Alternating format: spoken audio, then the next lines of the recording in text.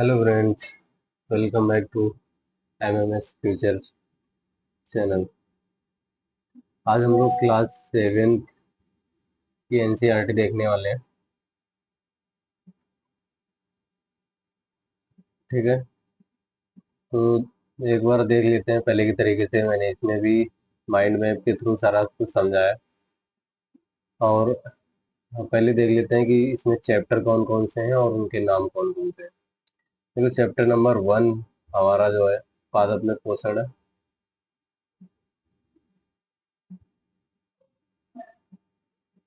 Chapter number 1 पादप में पोषण है और चैप्टर नंबर 2 है हमारा प्राणियों में पोषण।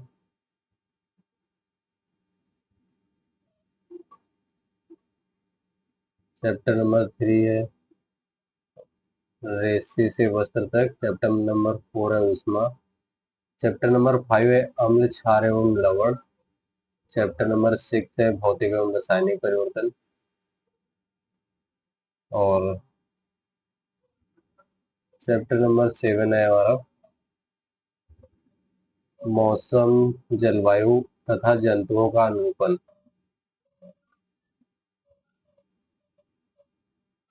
ठीक है, चैप्टर नंबर 8 है हमारा पवन, तूफान एवं चक्रवात।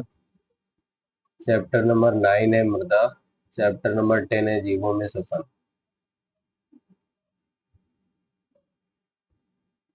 और चैप्टर नंबर 11 है हमारा जंतुओं एवं पादपों में परिवहन।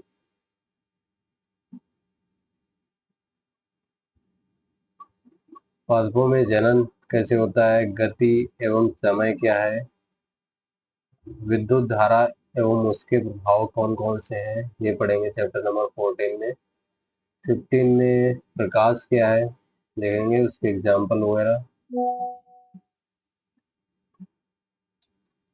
और चैप्टर नंबर 16 है हमारा ह- हमारा अमूल्य संसाधन, जल जो हमारा अमूल्य संसाधन। ठीक है, चैप्टर नंबर 17 है वन हमारी जीवन रेखा। 18 है कचरा एक समस्या।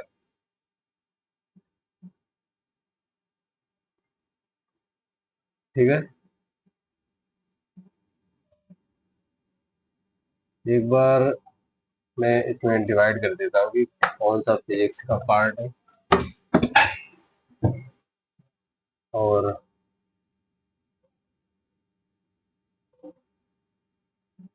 देखो, ये हमारा जो 3 चैप्टर है लास्ट में, जल, वन और कचरा, ये ऐसे की परस्पेक्टिव से काफी इम्पोर्टेंट है। इसमें जो वर्ड्स मिलेंगे वो ऐसे के लिए काफी इम्पोर्टेंट होंगे। ठीक है,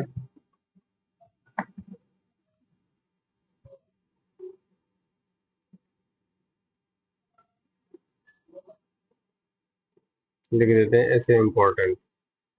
और उससे ऊपर जो हमारे चैप्टर हैं कौन कौन से हैं, चैप्टर नंबर 15, 14, 13।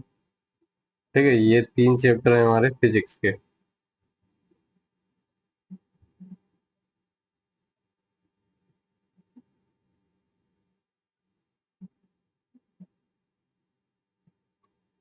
और हमारे चैप्टर नंबर 12, 11, 10, ये हैं हमारे बायो के।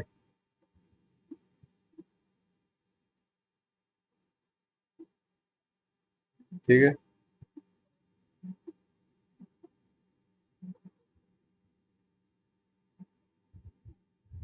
पूरा लिख लो बायोलॉजी या फिर सिर्फ बायो रहने में। उसके ऊपर आते हैं चैप्टर नंबर 9, 8, 7, 6।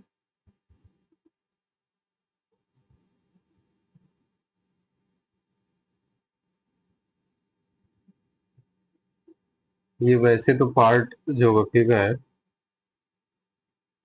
7, 8, 9,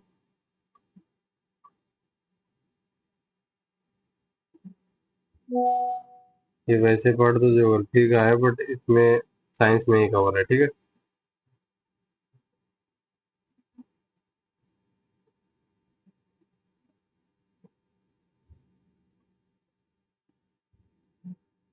उससे ऊपर है चैप्टर नंबर 6, 5, 4। ये मेनली हमारे केमिस्ट्री के पार्ट है। चैप्टर नंबर 4 फिजिक्स का ही है और 5 और 6 केमिस्ट्री के पार्ट है। ये दोनों केमिस्ट्री के हैं, ठीक है, और ये फिजिक्स का ही है।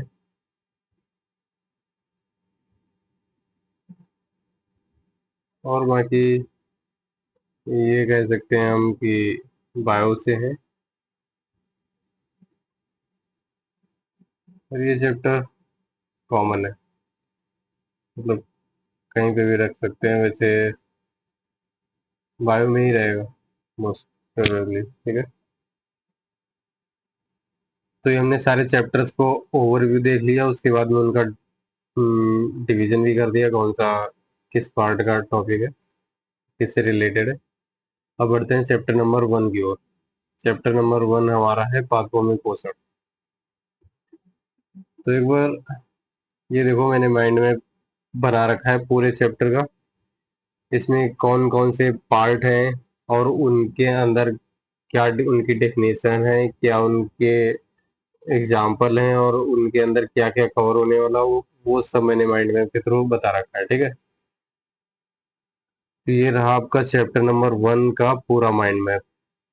ये देख सकते हो, इस पूरे पेज से आप पूरा एक चैप्टर इसलिए कवर कर सकते हो 1 से 1.5 मिनट में सिर्फ, ठीक है। मुझे थोड़ा टाइम लगेगा क्योंकि मैं समझाऊंगा अभी, बट आप अगर देखोगे तो सिर्फ 1 से 1.5 मिनट में आप इजिली कवर कर पाओगे इसे। पोषण क्या है? पोषण क्या है? वह प्रक्रिया जिसमें जीव भोजन प्राप्त करता है और उसका उपयोग करता है, वह उसका पोषण कहलाता है, ठीक है। तो इसमें मेन पार्ट क्या है? ऊर्जा प्राप्त करता है, भोजन प्राप्त करता है और उसका उपयोग करता है। तो ये जो भोजन है यही उसका पोषण है, ठीक है। भोजन को ही हम पोषण बोलते हैं। इसके प्रकार कौन कौन से?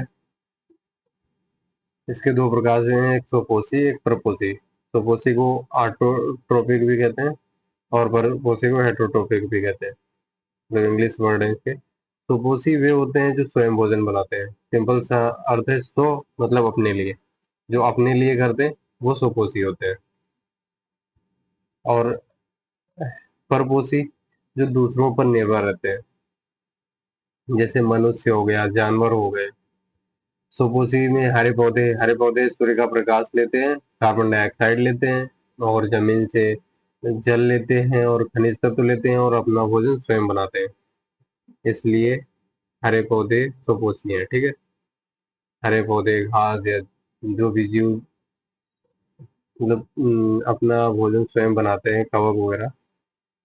कवक भी दूसरे पे डिपेंड करते हैं, मोस्टली हरे पौधे ही होते हैं जो सुपोषी होते हैं। ये जितने भी हरे पौधे हैं सारे सुपोषी के अंदर आएंगे।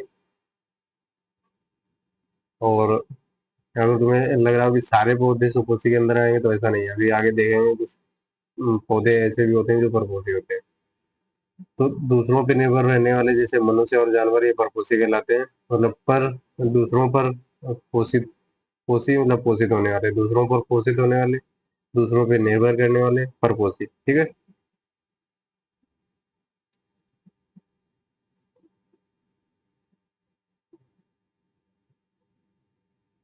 अब देखते हैं प्रकाश संश्लेषण फोटोसिंथेसिस क्या है। वह प्रक्रिया जिसमें हरे पौधे सूर्य के प्रकाश की उपस्थिति में CO2 और जल से भोजन बनाते हैं, मतलब ग्लूकोज बनाते हैं। पौधे का भोजन क्या होता है? ग्लूकोज। तो जो पौधे सूर्य के प्रकाश की उपस्थिति में कार्बन डाइऑक्साइड और जल से भोजन बनाते हैं, वही प्रकाश संश्लेषण कहलाता है, ठीक है। इसकी ये रिएक्शन भी दी हुई है, मैं लिखने वाला था बट यहाँ पे दिया हुआ है। ये कार्बन डाइऑक्साइड CO2 प्लस जल H2O और सूर्य का प्रकाश, क्लोरोफिल होना चाहिए, उपस्थित होता है। और फिर हमारा जो फाइनल प्रोडक्ट बनता है वो ग्लूकोज होता है और ऑक्सीजन होती है। ग्लूकोज जो होता है भोजन होता है, वो पौधे यूज कर लेते हैं। ऑक्सीजन जो उनके काम की नहीं होती है, वो निष्कासित कर देते हैं, उत्सर्जित कर देते हैं, जिसे ह्यूमंस या जीव जितने भी हैं वो सारे यूज करते हैं। ठीक है, इस प्रकाश संश्लेषण की आवश्यकता है, वायु से कार्बन डाइऑक्साइड खत्म होती है। ठीक है, मतलब प्रकाश संश्लेषण के लिए आवश्यकताएं क्या क्या है? कार्बन डाइऑक्साइड की आवश्यकता है, जल की आवश्यकता है, सूर्य के प्रकाश की आवश्यकता है, और क्लोरोफिल की आवश्यकता है। आप ये एक रिएक्शन ये जो दी हुई है इक्वेशन, ये बहुत इंपॉर्टेंट है। ठीक है, इसे याद रखो, काफी कुछ तुम्हारा कवर हो जाएगा, तुम्हें ज्यादा देखना नहीं पड़ेगा। देखो ऊपर इसकी डेफिनेशन में भी ये लिखा है कि सूर्य के प्रकाश की उपस्थिति में कार्बन डाइऑक्साइड और जल से भोजन बनता है। यही रिएक्शन में भी लिखा है, कार्बन डाइऑक्साइड, जल और सूर्य के प्रकाश, क्लोरोफिल की उपस्थिति, उसका भोजन ग्लूकोज बन गया। ठीक है, अगर ये रिएक्शन तुम्हें पता है तो तुम डेफिनेशन अपने आप लिख सकते हो। इसकी आवश्यकताएं, मतलब फोटोसिंथेसिस के लिए आवश्यकताएं क्या होती हैं, वो भी सारा इसी में दिया है। क्या है? कार्बन डाइऑक्साइड, जल, सूर्य का प्रकाश, क्लोरोफिल, चारों चीजें हैं। तो अगर तुमने ये रिएक्शन सही से कर ली तो ये भी तुम्हारा कवर हो जाएगा इसी में। उत्पाद क्या होता है? ग्लूकोज होता है जो भोजन होता है, ऑक्सीजन जो उत्सर्जित करते हैं पौधे, ये भी इसी में कवर हो गया। ठीक है, पत्ती को पौधे की रसोई कहा जाता है, क्योंकि पत्तियों में ही स्टोमेटा होते हैं, रंध्र होते हैं जो सूर्य के प्रकाश को अवशोषित करते हैं और भोजन बनाते हैं, इसलिए पत्ती को पौधे की रसोई कहा जाता है। ठीक है, इसलिए मैंने कहा कि ये इक्वेशन इतनी इंपॉर्टेंट है, सिर्फ एक इक्वेशन से पूरा फोटोसिंथेसिस कवर हो रहा है। सो इसे माइंड में रखना है। ठीक है, कीप इन माइंड।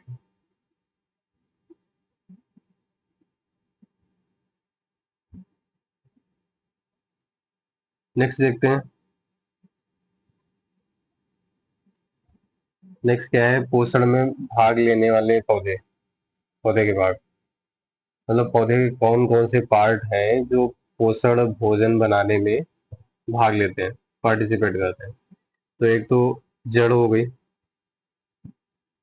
ठीक है, जड़ जो जल व खनिज लवणों को का अवशोषण करती है जमीन से, मिट्टी से, जो मैंने अभी बताया था।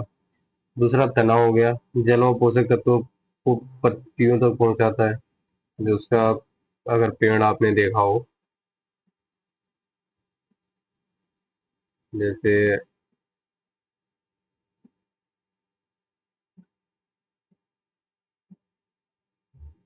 ये कोई पेड़ है तो इसमें ये जो तना है,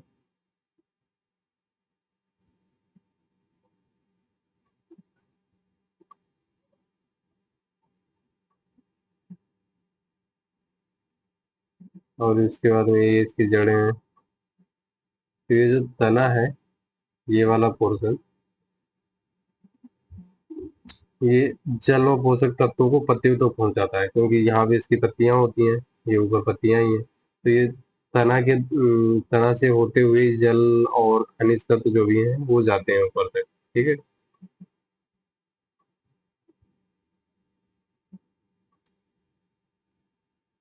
और पत्ती भोजन निर्माण करती है प्रकाश संश्लेषण के द्वारा, जो अभी ऊपर बताया कि पत्ती को पौधों के का रसोई घर भी कहा जाता है। ठीक है,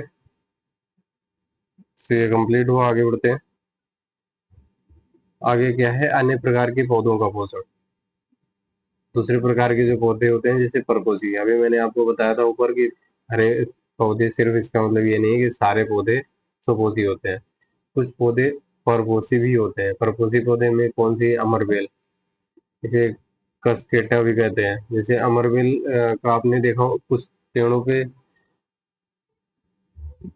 अगर इसी भी मान के चलो, कुछ पेड़ों पे हरी हरी घास आपने देखे हो, घास टाइप की देखा होगा कि ऊपर से बिल्कुल हरे हरे ढके हुए होते हैं, तो उनपे हल्के हल्के पतले पतले बाल टाइप के या रस्सी टाइप की लटक रही होती है, तो अमल वो होती है अमरबेल। उससे अगर तुम वहां से तोड़ के किसी दूसरे पेड़ पे डाल दोगे, तो पेड़ की पत्तियों से ही या तने से, जहां से भी मिलेगा, वो अपना भोजन ग्रहण करेगी और उस पेड़ को पूरी तरीके से ढक लेगी और उस पेड़ को नहीं बढ़ जाएगी। तो ये इसीलिए इसे कहते हैं परपोषी। ये खुद का भोजन ना जमीन से, मिट्टी ले से खनिज तत्व और जल लेती है, ना सूर्य के प्रकाश में मतलब अपना भोजन तैयार करती है। ये सीधा जिस पेड़ पे डाल दो वो उस पेड़ से अपना भोजन लेती है और खुद को ग्रो करती है बस। इसलिए ये पर्पज है, ठीक है। कीट भक्षी पौधे जैसे पिचर पौधा, इसे नेपेंथिस भी कहते हैं। पिचर पौधा आपने अगर नहीं सुना है तो यहाँ पे सुन लो। पिचर पौधा मतलब इस तरीके से होता है, इसकी अगर ऐसे ग्रो कर रहा है और ये इसकी कोई पत्ती है तो इस पत्ती के दो पार्ट होते हैं, एक ये, एक ये। इसमें एक चिपचिपा पदार्थ होता है और ये ऊपर ऐसे कांटे टाइप के लगे होते हैं, और इस चिपचिपे पदार्थ में फ्रेग्रेंस होती है, मतलब जिससे कीट आकर्षित होते हैं। और जब कीट आकर्षित होते हैं उसके बाद में जब यहाँ पे आके बैठ जाते हैं एक बार, तो ये चिपचिपे पदार्थ में फंस जाते हैं, फिर वहां से उड़ नहीं पाते हैं, ठीक है। और ये पौधा क्या करता है, अपनी पत्तियों को कस के बंद कर लेता है, और बंद करने के बाद में वो उसका जो भी, मतलब उसके अंदर जो भी होता है कीट के अंदर, वो सब अवशोषित कर लेता है और अपना भोजन बनाता है और उसे तने तक पहुंचाता है, जिससे पेड़ ग्रो करता है। और उसके बाद में जब इसका अवशोषण मतलब उत्सर्जन करता है, जो जब इसमें कुछ नहीं बचता है जो कीट होता है, तो उसे बाहर फेंक देता है। एक बार देख लेते हैं पिक्चर पौधे की, फोटो ज्यादा क्लियर हो जाएगा।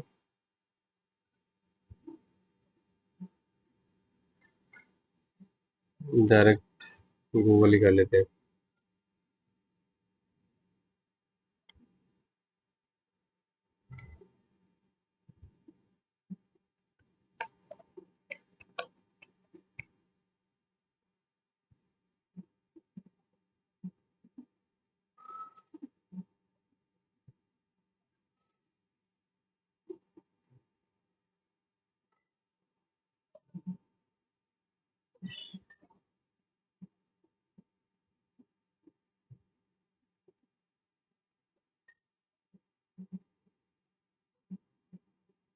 ये देखो।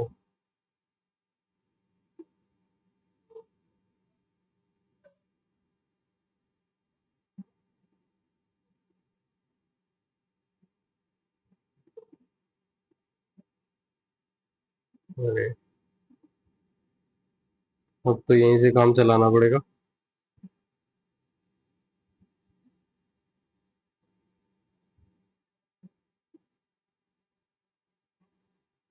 ये इसकी पत्तियां दिख रही हैं जो, इसी में एक तो ये फ्रेग्रेंस होता है, दूसरा ये पत्तियों पे आने के बाद जो कीट बैठता है वो इसमें चिपक जाता है और धीरे धीरे इसके अंदर चला जाता है। ये जो छेद दिख रहा है आपको, इसमें चला जाता है और कीट का अवशोषण हो जाता है और उसे ये पौधे अपना भोजन बना लेते हैं, ठीक है। ये सारे बहुत सारे दिख रहे हैं, सारे एक तरीके के। ये पत्तियों से ढक लेते हैं उसके बाद में,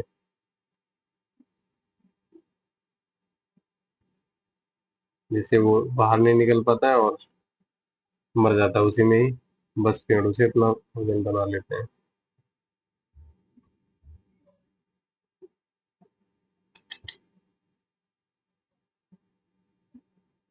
ज्यादा बैठ कर दिया मैंने।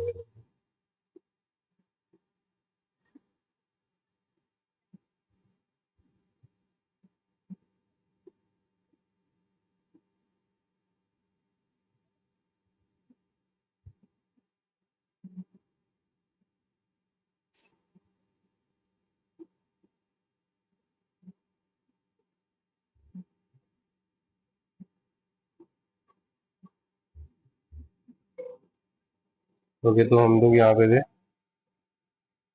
देख लिया हमने पिक्चर प्लांट कैसा होता है, ठीक है।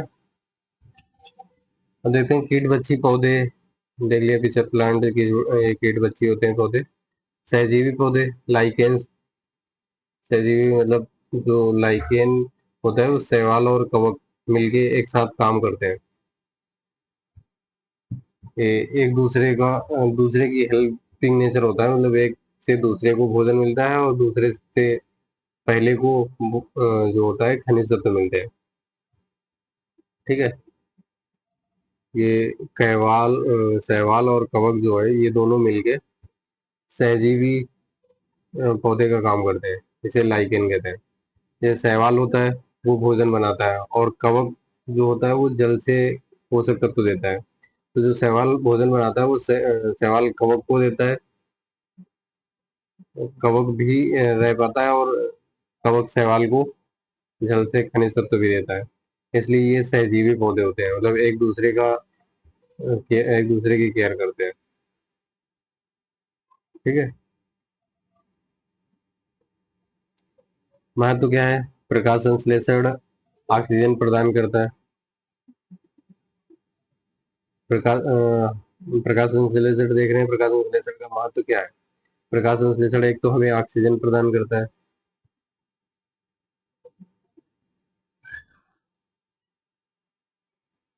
ठीक है। दूसरा, जीवन के लिए आधारभूत भोजन है। अगर जीवित रहना है आपको, तो प्रकाश संश्लेषण मतलब ऑक्सीजन के बिना पॉसिबल नहीं है। ऑक्सीजन कहाँ से मिलती है? पौधों से। पौधे ऑक्सीजन कैसे बनाते हैं? प्रकाश संश्लेषण से। इसलिए ये पूरी प्रक्रिया बहुत इंपॉर्टेंट है। इसलिए जीवन के लिए आधारभूत भोजन है। अभ्यास प्रश्न। प्रकाश संश्लेषण की परिभाषा को, प्रक्रिया को परिभाषित कीजिए। जो आपने ऊपर देख लिया है, आप आसानी से कर लेंगे। पीछे पौधा कीट कैसे पकड़ता है, जो मैंने इमेज के थ्रू बता दिया। चलो, क्लियर हो गया होगा बिल्कुल। अब लिख सकते हो आप कैसे पकड़ते हैं। सोपोसी परपोसी में अंतर है, तो भी इसलिए लिख सकते हैं। ठीक है। तो चैप्टर तो पढ़ लिया, बट एक बार देख लेते हैं कि इसमें इम्पोर्टेंट क्या है। ये फीचर पौधा क्वेश्चन पूछ सकता है कि परपोषी पौधे कौन कौन से हैं। उसमें आपको एग्जांपल देगा, अमरवेल, या हरे पौधे के दो चार एग्जांपल होंगे, नीम, बबूल, या आपने ऐसे दे देगा जो आपने सुने नहीं होंगे, जैसे कैक्टस। तो दो चार एग्जांपल देके ये पूछ सकता है कि इसमें से कौन कौन से परपोषी हैं। और या फिर ऐसे यूपीएससी का बेसिक फंडा क्या है, वो ऐसे पूछता है कि मतलब दे देगा इस परपोषी पौधा, और उसके सामने लिख देगा, हो सकता है पिक्चर प्लांट लिख दे। ठीक है। सॉरी, अब ये टाइम लेगा। परपोषी पौधा, उसके सामने लिख देगा पिक्चर पौधा।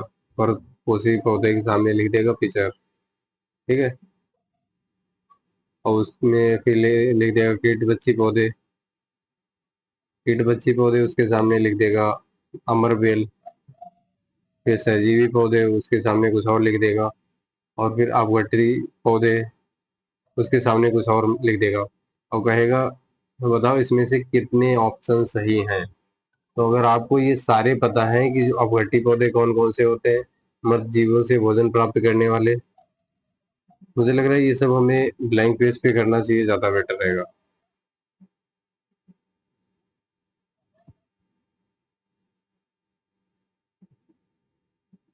यहाँ पे पूरा सब हो जा रहा है। ठीक है। तो अगर आपको ये सारे एग्जाम्पल नहीं पता है, तो क्वेश्चन तुम्हारा गलत हो सकता है।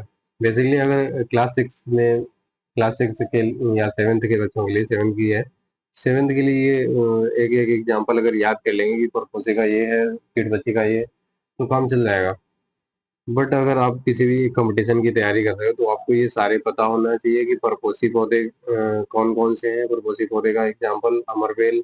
पिचर पौधा, कीट बच्ची पौधे कौन कौन से हैं, जैसे पिचर पौधा है, और भी हो सकते हैं कुछ। तो पिचर पौधा जो भी एग्जाम्पल है उसे तो बिल्कुल याद ही रखना है। सहजीवी पौधे कौन कौन से हैं, लाइकेन है, ये तो लाइकेन ही है। और अपघटी पौधे जैसे फफूंद है। तो ये सारे एग्जाम्पल आपको बिल्कुल पता होना चाहिए।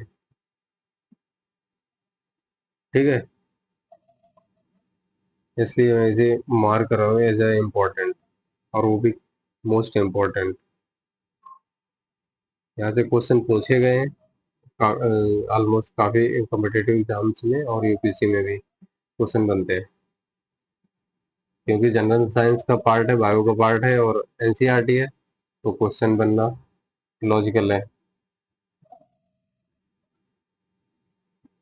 क्वेश्चन हो सकता है कुछ और घुमा के पूछ ले, या फिर वो एग्जाम्पल चेंज कर दे, ऐसा हो सकता है। ठीक है। तो आपको ये जो एनसीईआरटी है एटलीस्ट ये तो पूरी कवर ही होनी चाहिए, इसमें से कुछ भी नहीं छूटना है।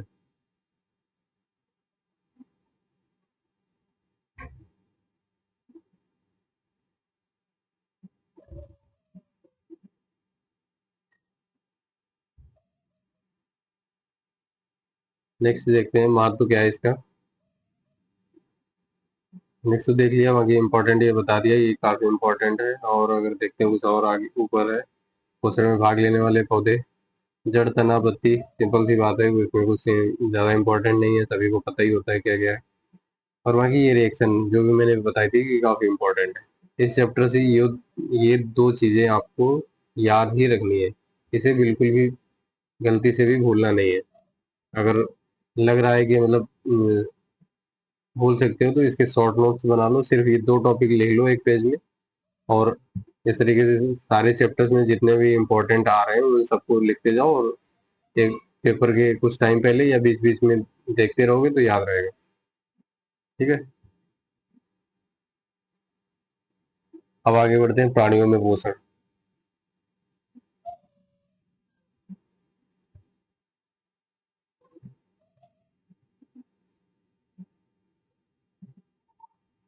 डिफरेंट कलर ट्राई करते हैं।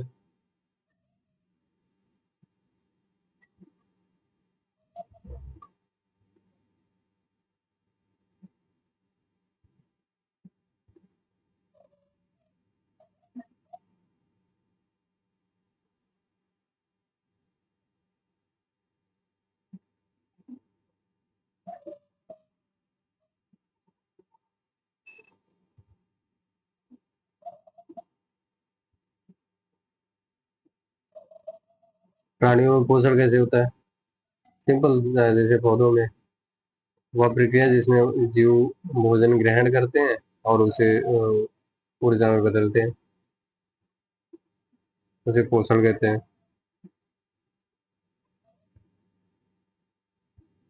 वह प्रक्रिया जिसमें जीव भोजन ग्रहण करते हैं और उसे ऊर्जा में बदलते हैं, पोषण कहते हैं। ठीक है, सिंपल परिभाषा याद रख सकते हो, कुछ खास नहीं है। सुपोषी पोषण क्या है? जैसे पौधे,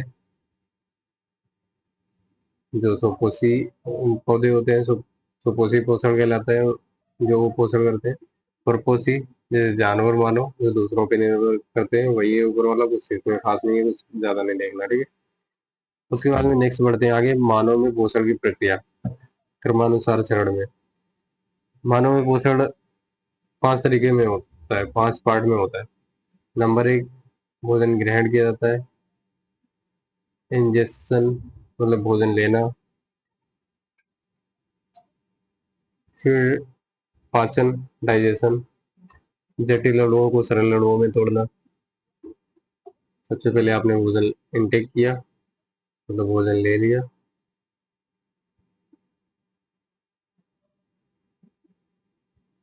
ठीक है, उसके बाद में तुम्हारे पेट में जाने के बाद वो जटिल अणुओं से सरल अणुओं में टूटेगा, वो स्टार्ट तो हो जा मुंह से ही स्टार्ट हो जाएगा, डाइजेशन मुंह से ही स्टार्ट हो जाता है, लार मिलती है।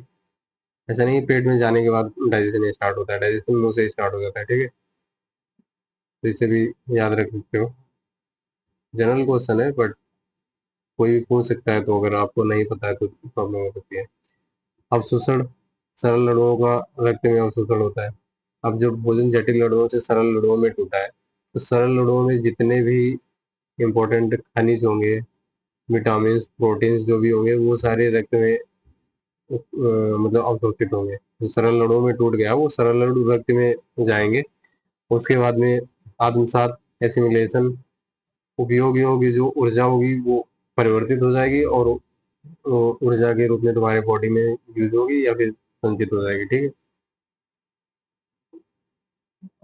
और फिर लास्ट पार्ट है निष्कर्षण या उत्सर्जन, जिसे इजेशन भी कहते हैं। अपशिष्ट पदार्थ बाहर निकल जाते हैं।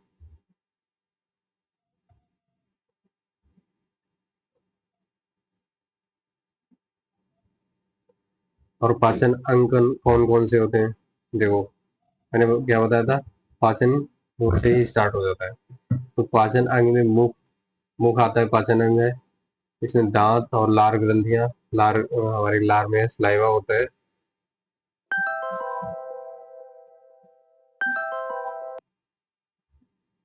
ठीक है, जो भोजन को मतलब जो गलाने में मदद करता है।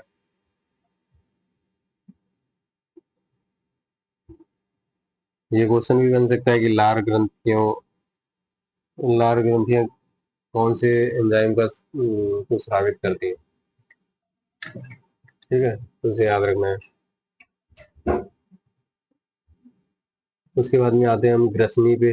नेक्स्ट पार्ट होता है मुंह के बाद में ग्रसनी, उसके बाद अमाशय, फिर छोटी आंत, पाचन व अवशोषण होता है, यकृत,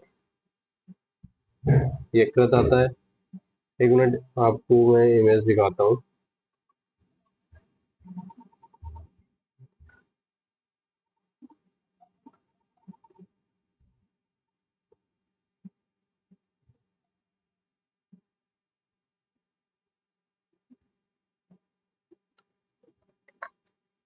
ज्यादा क्लियर हो जाएगा।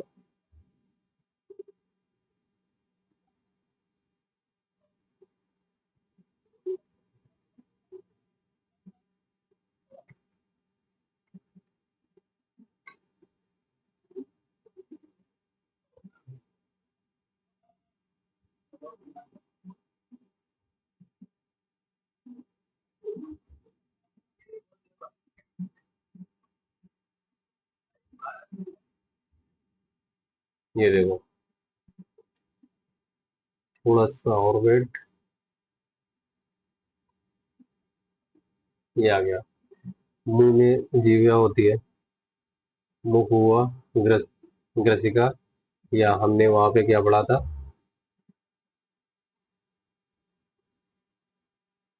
ग्रसनी। ग्रसनी या ग्रसिका एक ही होती है, भोजन को पेट तक ले जाने का कार्य करती है। ठीक है, और उसके बाद में डायाफ्राम, जो भोजन पाचन का पार्ट नहीं है। अमाशय, अमाशय में यहाँ से भोजन आया, अमाशय में आएगा, अमाशय से फिर होता हुआ ये छोटी आंत में जाता है। ठीक ठीक है, फिर छोटी आंत से,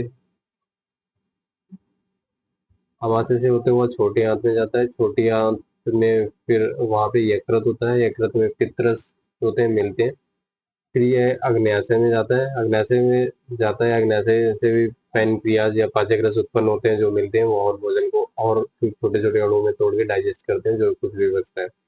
उसके बाद में फाइनली जाता है भोजन बड़ी आंत में, उसके बाद में मलदार द्वारा अपशिष्ट के रूप में निष्कासित हो जाता है। ठीक है, मैंने आपको फिगर भी दिखा दिया। I think everything has been clear.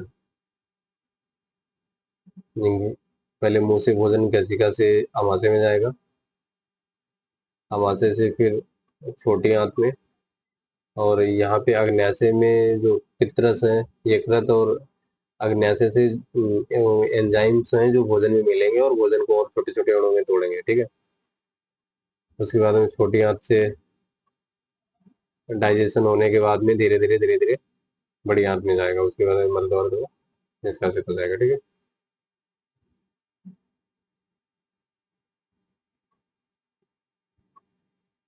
जंतु विशेष में पोषण कैसे होता है। जैसे गाय है, जुगाली करते हैं, इनमें मतलब पहले रमेन जो भोजन लेते हैं, रेटिकुलस, ओमासस, एबोमास।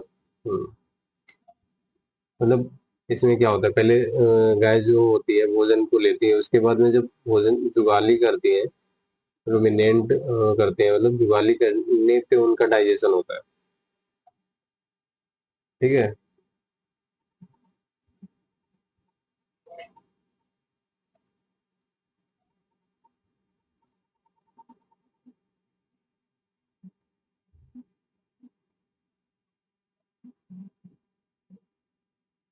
अमीबा, अमीबा एक कोशिकीय जीव है, भोजन ग्रहण करता है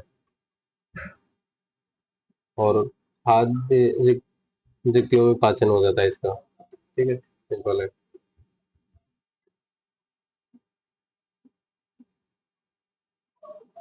और गाय में भी वैसे तो मैंने सिंपली बता दिया कि गाय क्या करती है, मतलब भोजन को लेती है, उसके बाद में जो जुगाली करती है तब भोजन डाइजेशन होता है। तो इसमें भी अगर पाचन अंग पार्ट की बात करें तो रमेन जो इसके पार्ट है, फिर रेटिकुलस में जाता है, फिर ओमासम, उसके बाद में फाइनली एवोमॉसम। ठीक है। और इससे क्वेश्चन अभी तक पूछे भी नहीं गए हैं, तो इस पे ज्यादा ध्यान देने की जरूरत नहीं है मेरे हिसाब से तो, बिल्कुल भी नहीं। बट अगर हल्की नजर डाल लेते तो बिल्कुल बेस्ट रहेगा।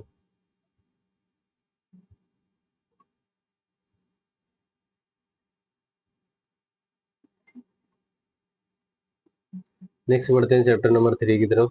चैप्टर नंबर 3 क्या है हमारा? रेसा। हमने क्लास 6 में भी, अगर आपने वीडियो देखी है तो सही है, अगर नहीं देखी है तो एक बार जाके चेक कर सकते हो, या फिर रेसा तो हम यहीं पे कवर कर लेंगे जैसे। बट बेसिक पार्ट मैंने वहाँ पे पढ़ा हुआ है रेसे का, ठीक है। वहाँ पे भी ये चैप्टर था, रेसे से वस्त्र तक।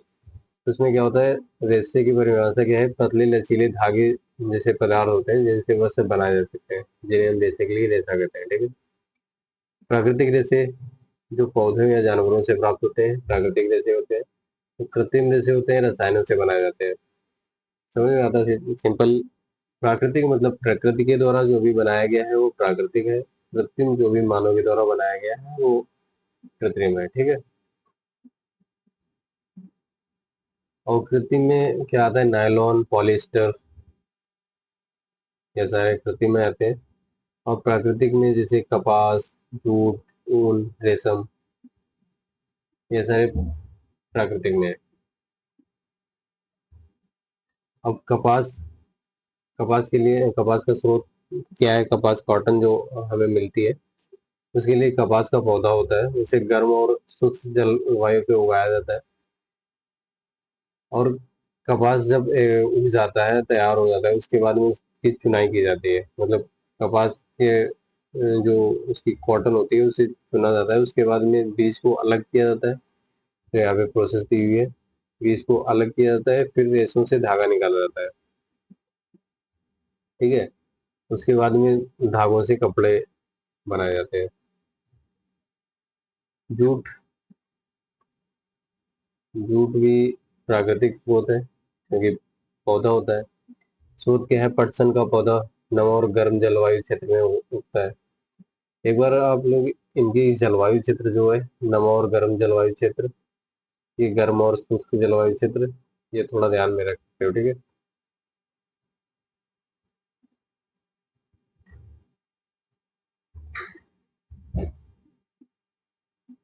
क्योंकि इससे भी क्वेश्चन बने हुए हैं।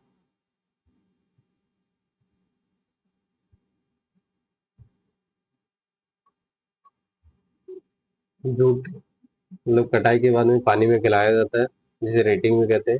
फिर गलाने के बाद में उसके रेसे निकाले जाते हैं। गलाने के बाद में उसके ऊपर की परत निकाल ली जाती है, जिससे रेसे बनते हैं। जैसे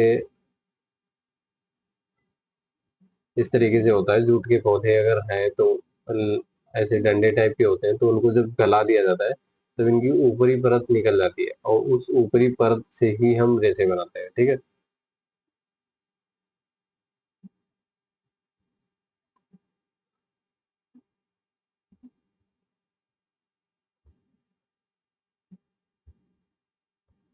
फिर कटाई, स्पिनिंग क्या है? रेशों को घुमाकर धागा बनाना स्पिनिंग कहलाती है या फिर कताई कहलाती है। और इसके एग्जाम्पल कौन कौन से हो सकते हैं? चरखा, तकलिया या आधुनिक मशीनें। बुनाई और वीविंग किसे कहते हैं? बुनाई दो धागों को मिलाकर जो कपड़ा बनाया जाता है उसे बुनाई कहते हैं, जैसे करगा या लूम। और एक ही धागे से कपड़ा बनाना जैसे स्वेटर, उसे हम बुनटाई या नीटिंग कहते हैं, ठीक है।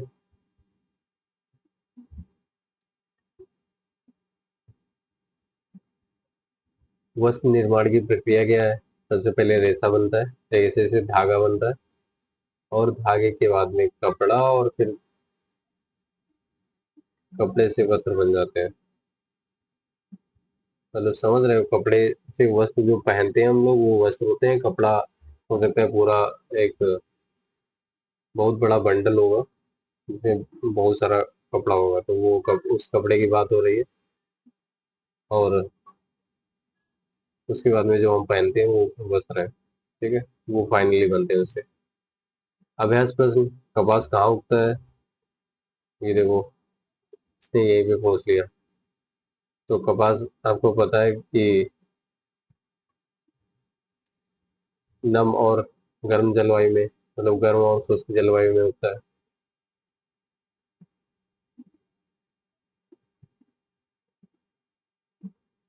यही पूछा उसने, कपास कहाँ उगता है गर्म और शुष्क जलवायु में, ठीक है। फिर जूट की विशेषता क्या है? कटाई के बाद इसे पानी में गलाया जाता है, ये इसकी विशेषता है।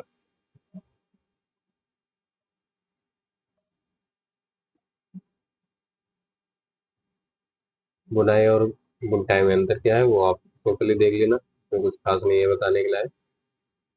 ठीक है, अब बढ़ते हैं चैप्टर नंबर 4। चैप्टर नंबर 4 क्या है? उष्मा।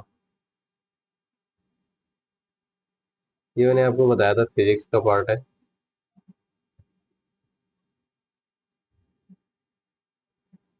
तो इसे थोड़ा ध्यान से देखना। उसमें हीट क्या होती है? ऊर्जा का वह रूप जो तापमान में ताप अंतर के कारण एक वस्तु से दूसरी वस्तु में प्रवाहित होता है। सिंपल सा है, उसे ऊष्मा कहते हैं। स्रोत जैसे सूर्य है, आग है, बिजली है। सूर्य से क्या है? तापमान अंतर के कारण एक वस्तु से दूसरी वस्तु में प्रवाहित होती है ऊर्जा। मतलब तापमान अंतर, जैसे एक वस्तु का 10 डिग्री सेंटीग्रेड है।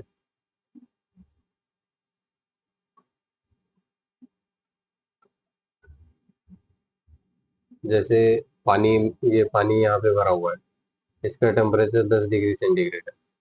और ये कहीं दूसरे सोर्स में भरा हुआ है, इसका 20 डिग्री सेंटीग्रेड है। तो क्या करें, तापमान में अंतर के कारण एक वस्तु से दूसरी वस्तु में ऊष्मा का प्रभाव होना। अब ये जो 20 डिग्री सेंटीग्रेड है, इसकी ऊष्मा इसमें ज्यादा है। तो यहाँ इससे और इसके बीच में 10 डिग्री सेंटीग्रेड का अंतर है। तो यहाँ से यहाँ के लिए जो ऊष्मा प्रवाहित होगी, अगर एक साथ इनको मिला दिया जाए तो 20 डिग्री से 10 डिग्री है, तो 20 डिग्री से 10 डिग्री वाले पानी में ऊष्मा का प्रवाह होगा, जो कि दोनों का 15-15 मतलब बराबर हो जाएगा। तो उसके लिए जो ऊष्मा का प्रवाह है, उसे मतलब उसे ही ऊष्मा कहते हैं। उसके लिए जो तापमान का प्रवाह है, जैसे इसका 20 डिग्री सेंटीग्रेड तापमान था, इसका 10 डिग्री सेंटीग्रेड, तो ये 20 से 10 की ओर जो बढ़ेगा, इसमें ये जो 5 डिग्री सेंटीग्रेड कम हुआ तापमान, और इसमें जो 5 डिग्री सेंटीग्रेड बढ़ा, अब दोनों 15-15 हो गए अगर हमने इसे इन दोनों को एक साथ कर दिया। तो ये जो 5-5 डिग्री का अंतर है, यही ऊष्मा है। मतलब 5-5 डिग्री, जो ये 5 डिग्री यहाँ से यहाँ तक आया है, ये तापमान का जो अंतर हुआ है इसमें, यही ऊष्मा है, ठीक है।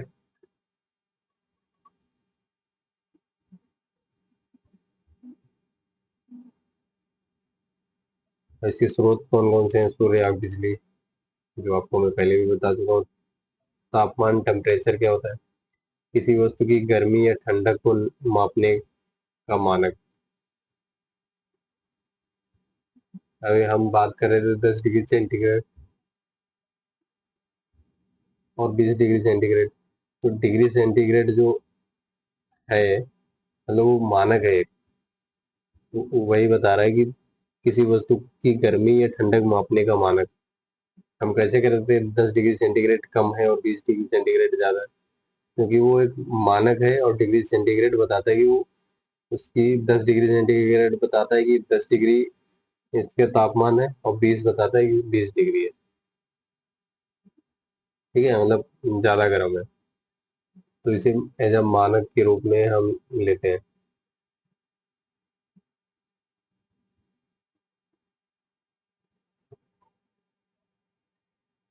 मापन यंत्र जैसे थर्मामीटर है। थर्मामीटर में आपने देखा होगा डिग्री सेंटीग्रेड में फ्यूल होता है, जैसे कहते हैं कि 99 डिग्री है, या 100 है, या 101 है। ये सारे आपने सुने होंगे सिंपल से टर्म में, ठीक है। क्लिनिकल थर्मामीटर मानव शरीर के तापमान को मापता है।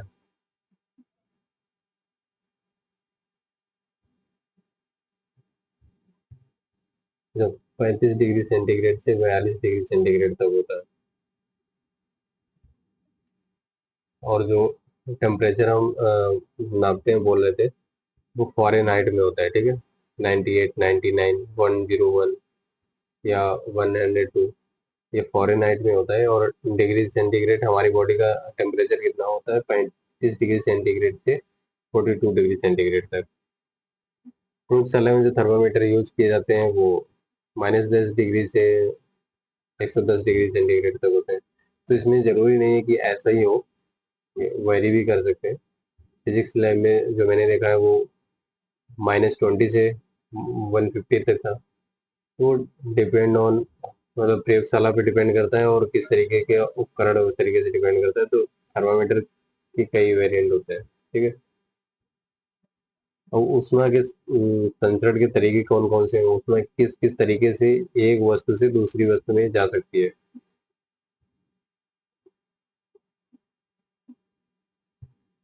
एक तो चालन के द्वारा जा सकती है। चालन किस में होता है, ठोस पदार्थ में होता है। ठोस पदार्थ में ऊष्मा का अगर प्रवाह हो रहा है तो उसे हम चालन कहेंगे। उदाहरण के लिए गर्म तवे की हैंडल गर्म हो जाना, और गर्म तवे की हैंडल को तो तुमने इसमें गर्म नहीं किया, गर्म तवा हुआ है, जो तवे के द्वारा जो हैंडल में ऊष्मा प्रवाहित हुई है उसे हम चालन कहेंगे, ठीक है। और ठोस से ठोस में ऊष्मा का प्रवाह हुआ है, ये देख सकते हैं कि मतलब ठोस में ऊष्मा का प्रवाह चालन कहलाता है। संवहन या कन्वेक्शन, इसमें तरल और गैस में ऊष्मा का प्रवाह होता है। जैसे पानी गर्म करना या हवा में ताप का प्रवाह। अगर पानी को गर्म कर रहे हो तो तरल पदार्थ है और वो गैस में कन्वर्ट हो जा रहा है, जलवाष्प में कन्वर्ट हो जा रहा है, तो ये इसे हम कन्वेक्शन कहते हैं या संवहन कहते हैं। और विकिरण या रेडिएशन किसे कहते हैं, जिसे हम अपनी नग्न आंखों से देख नहीं सकते और बिना माध्यम से ऊष्मा का संचरण होता है। ये सूर्य से पृथ्वी तक ऊष्मा का आना, बीच में कोई माध्यम नहीं है कि वो पार्टिकल्स हो जो ऊष्मा को यहाँ मतलब सूर्य से पृथ्वी तक लेके आए। और बट यहाँ पे क्या होता था, ठोस में पार्टिकल्स थे। मतलब ठोस में तो बिल्कुल पास पास में ही पार्टिकल होते हैं। जैसे एक तवा है और तवे का हैंडल है तो इससे जुड़ा हुआ होगा, तो ये पार्टिकल इसे हीट देते हैं, ये इसे हीट देते हैं, ये इसे हीट देते हैं, ये इसे हीट देते हैं, नेक्स्ट पार्टिकल इसे हीट देते हैं। इसी तरीके के ऊर्जा ऊष्मा का ट्रांसफर होता है, ठीक है। ये एक दूसरे को हीट देते जाते हैं, देते देते जाते हैं। इसी तरीके से ऊष्मा का ट्रांसफर होता रहता है। जैसे ये ज्यादा गर्म हुआ तो इसने इसे ज्यादा हीट दी, फिर उसने ये इतना गर्म नहीं हुआ तो इसने इसे कम हीट दी पहले वाले से, फिर इसने इसे और कम दी। तो इस तरीके से लास्ट में आते हैं तो देखते हैं एक तो हैंडल देर में गर्म होता है, दूसरा उतना गर्म नहीं होता है जितना तवा गर्म है, ठीक है। तो इस तरीके से ऊष्मा का ट्रांसफर होता है ठोस में, पार्टिकल्स ट्रांसफर होते हैं, मतलब हीट ट्रांसफर करते हैं।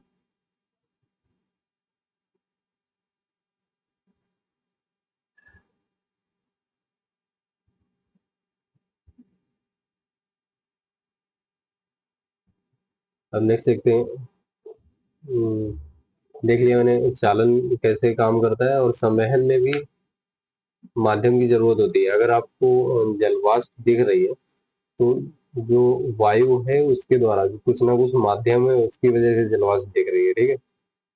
बट रेडिएशन में ऐसा सीन नहीं होता, उसमें कोई भी माध्यम नहीं होता है, बिना माध्यम के ऊष्मा का संचरण होता है।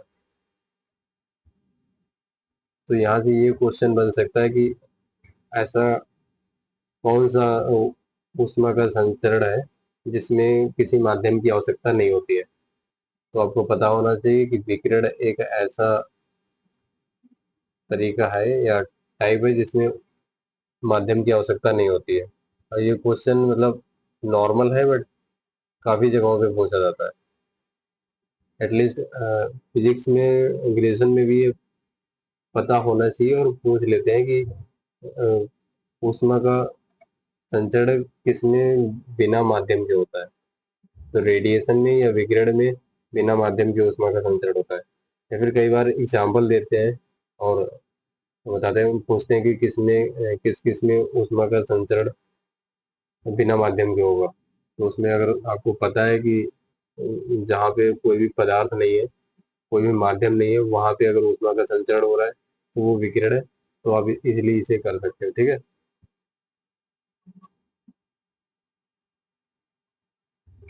अच्छे और बुरे चालक,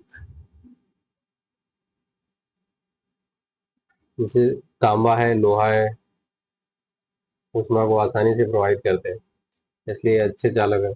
बुरे चालक जैसे लकड़ी, प्लास्टिक ऊष्मा को प्रभावित नहीं करते हैं, इसलिए बुरे चालक है। अब लकड़ी को अगर तुम एक सिरे से जलाओगे तो दूसरे सिरे पे ऊष्मा उतनी तेज प्रभावित नहीं होगी। उतनी तेज क्या, बिल्कुल भी प्रभावित नहीं होगी। एक तरफ लकड़ी जल रही होगी बिल्कुल और दूसरी तरफ तुम उसे पकड़ सकते हो, तो उसमें ऊष्मा का मतलब संचालन नहीं होता है। तो इसलिए ये बुरे चालक हैं। बट अगर आपने देखा होगा कि अगर लकड़ी अंदर से खोखली जल गई तो पीछे जो धुआं निकलता है वो ऊष्मा आ रही है या पीछे से गर्म हो जाती है, तो ये थोड़ी बहुत ऊष्मा प्रभावित होती है। इसलिए कहते हैं कि मतलब बुरे चालक हैं। ऐसा नहीं कि बिल्कुल ही नहीं प्रभावित होती, थोड़ी बहुत प्रभावित होती है या कुछ केसेस में प्रभावित होती है।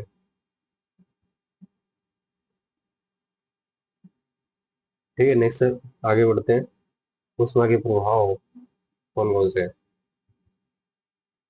ताप विस्तार, थर्मल एक्सपेंशन होता है, अभी हमने देखा था।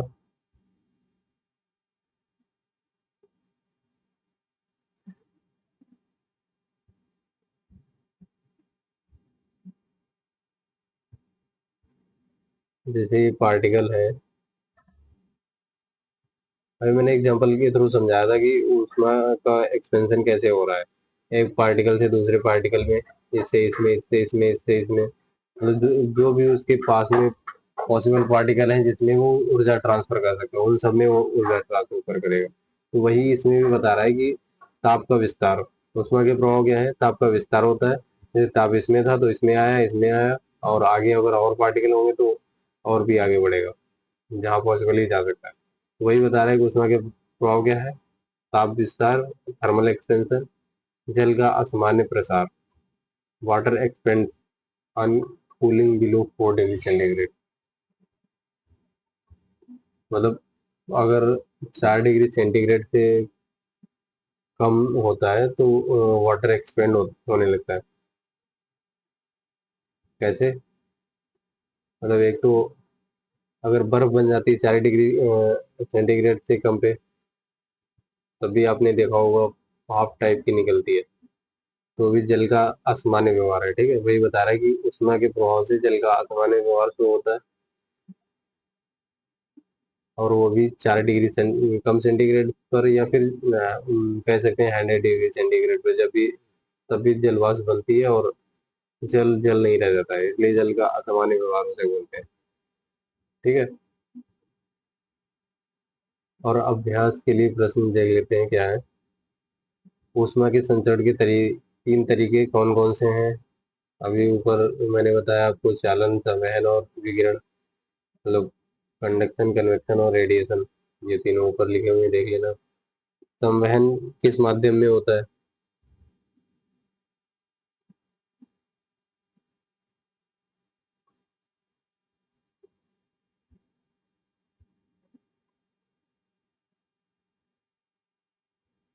संवहन किस माध्यम में होता है?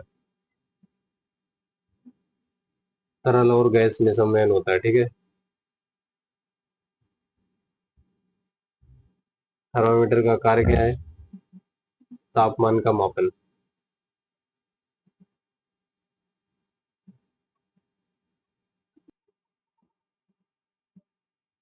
नेक्स्ट चैप्टर की ओर बढ़ते हैं। Chapter number 5।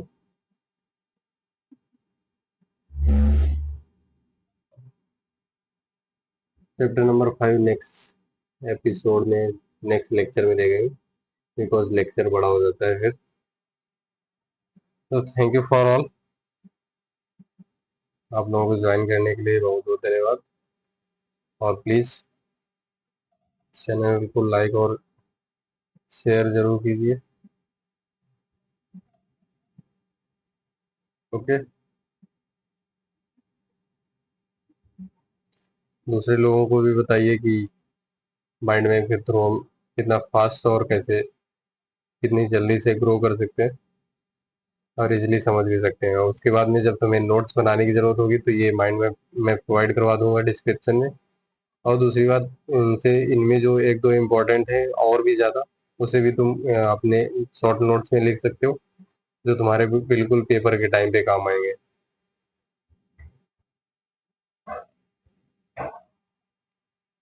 ठीक है। तो थैंक यू वेरी मच।